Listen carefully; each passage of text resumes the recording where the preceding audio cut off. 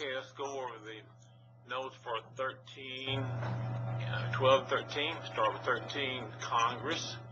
Now, responsibilities of the Senate is to approve treaties and appointments, try impeachment if the House impeaches someone.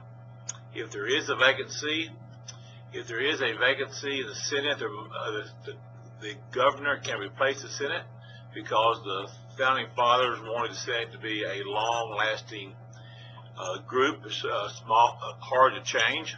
Now, in the House, their responsibilities, all the money bills will start in the House. They can impeach, and if there's a vacancy in the House, there must be an election because the founding fathers wanted the House to be close to the will of the people. Also, if there's a tie in the presidency, then the House will determine who is president. Some things that the Congress cannot do, it's in the Constitution, bill of attainder. They cannot put somebody in jail without going through the judicial system. Writ of habeas corpus, you have the right to know why you're arrested. And then gerrymandering. Gerrymandering is the state legislature will draw the district lines to keep their party in power. The state legislature will have the power after the census every 10 years to draw all the lines. Majority and minority districts. Now, the court case Westbury versus Sanders did away with gerrymandering, but the Supreme Court will allow some gerrymandering if you're going to try to get some racial balance and give a racial group a vote. All right, incumbents, those are people who are elected and they're going to run again.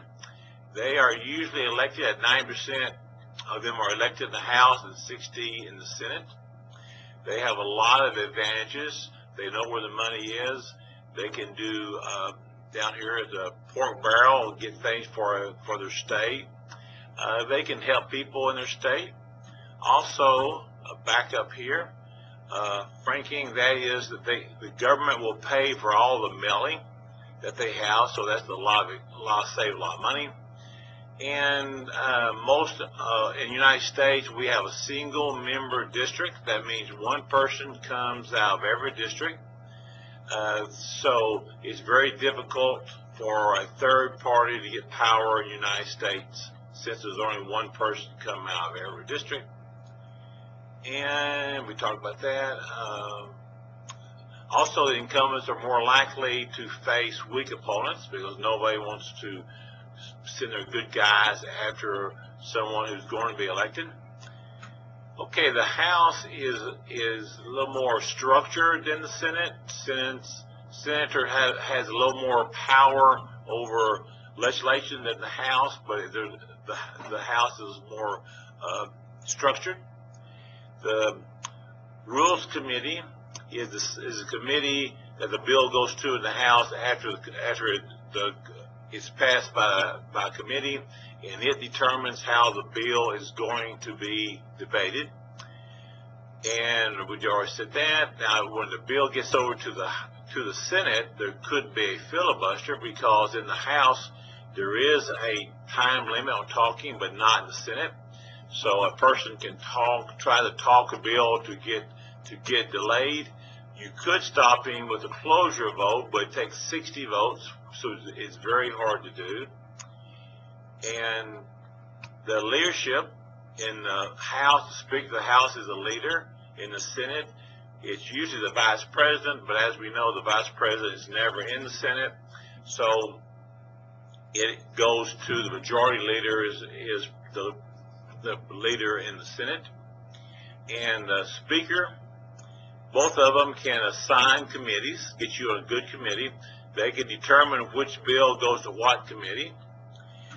And, of course, they actually run the day-to-day structure of both houses. There's a lot of committees. Standing committees are the permanent committees. And the conference committee is when the House and Senate cannot agree on a bill, it can go to the conference committee, and they're going to try to work out some kind of compromise. The most powerful committee in Congress is the House Ways and Means, because they control all the money. All money bills must go through them, so they have a lot of power. Legislative oversight, that's when the Congress checks the bureaucracy and checks the executive branch, make sure they're carrying out what the Congress wants them to do. Committee chairmen are determined by seniority. If you're a member of the majority party and you've been on that committee the longest, then you will be chairman. There are two types of people that are elected. Trustees are the ones who believe that the people will let them have their own opinion, and they do not have to go along with what the people say back home. A delegate believes that they must vote the way the people back home want them to. Okay, we're going to skip this, but that's another chapter. All right, then we're going to chapter 13, the presidency. The founding fathers thought they developed a weak office as president, but Lincoln and Roosevelt and other ones added things. Lincoln added a lot of the emergency powers. The Congress added the Secession Act so that we know who is going to be president after the vice president. And it's the president, it's the Speaker of the House, the President Pro Tem, and the cabinet members. The 22nd Amendment says you can only serve 2 terms, 2 4-year terms, because they thought Roosevelt died in office and that was too long for anyone. Impeachment, the system of impeachment, the House will impeach you and the Senate will have the trial.